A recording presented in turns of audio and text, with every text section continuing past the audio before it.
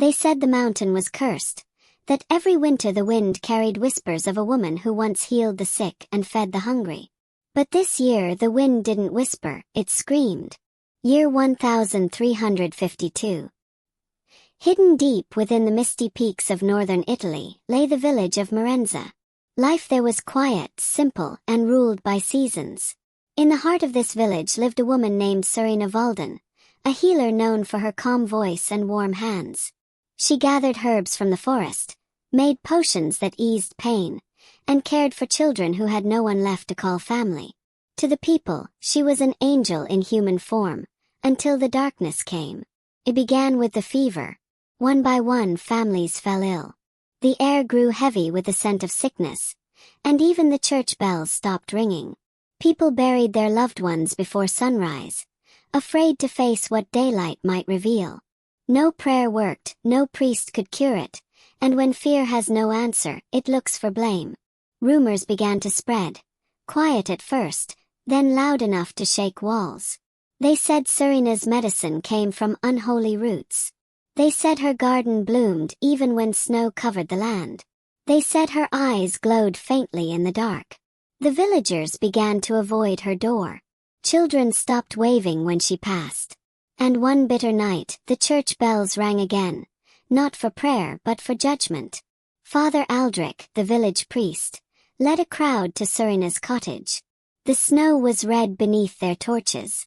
Serina stepped outside, her hands raised, her eyes filled with disbelief. "You know me," she pleaded. "I have healed your children. I have buried your dead with my own hands." But the priest's voice was louder than her truth. "You healed them with the devil's gift. Now he comes for what's his." The crowd roared in agreement. Serina didn't run. They dragged her through the square and tied her to the old tree where the harvest festival was once held. Flames rose high into the winter night as her voice echoed through the valley. "You curse me for saving you. Then be cursed yourselves. Your children will call for me and I will answer." When the fire died, the wind carried her last breath into the mountains. The villagers thought it was over. They were wrong. The following winter, the sickness returned. But this time no one fell ill. Instead, strange things began to happen. Children spoke of seeing a woman outside their windows. Her hair moving like smoke, her dress flickering like firelight. Some said she left small wooden dolls on their beds, carved with hollow eyes. Others said she whispered their names in their dreams. Then came the night of the first disappearance. Little Tomas, the blacksmith's son, was gone. His shoes were left by the window, one filled with coal, the other with ash.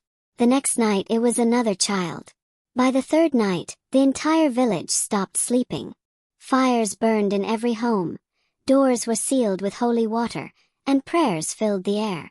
But prayers can't stop what they created.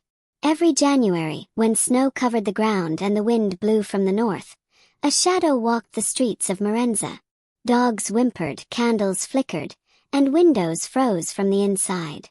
The old said it was Serina's spirit, now neither human nor ghost, a being of fire and sorrow. They called her La Serenata, the silent flame. As years passed, parents taught their children to be kind, to never mock the poor, to never reject a helping hand. For the silent flame punished cruelty. She did not seek revenge on the innocent, only on those whose hearts turned cold. But still, every winter, fear ruled the valley. One year a traveler came, a scholar named Lucian Morello. He had heard the legend and came to uncover the truth. He stayed in the old inn by the square, asking questions no one dared answer. On the fifth night of his stay, he found an old diary buried beneath the floorboards of Serina's cottage. Its pages told of her real work, not witchcraft but cures, remedies, and love for the people who betrayed her. Lucian read the last line aloud beside her burned tree. "If they only saw the light, not the flame." That night the wind stopped. For the first time in 100 years, no shadow walked the streets. The snow fell gently, and in the morning every doorstep held a small flower growing through the frost. The curse had lifted, or so they believed. But some still say, when the moon hides behind the clouds and the air grows heavy with silence, A faint light moves through the trees. A woman's voice hums an old lullaby. And if your heart carries guilt or cruelty, the flame might still find you. Because legends never die, they wait.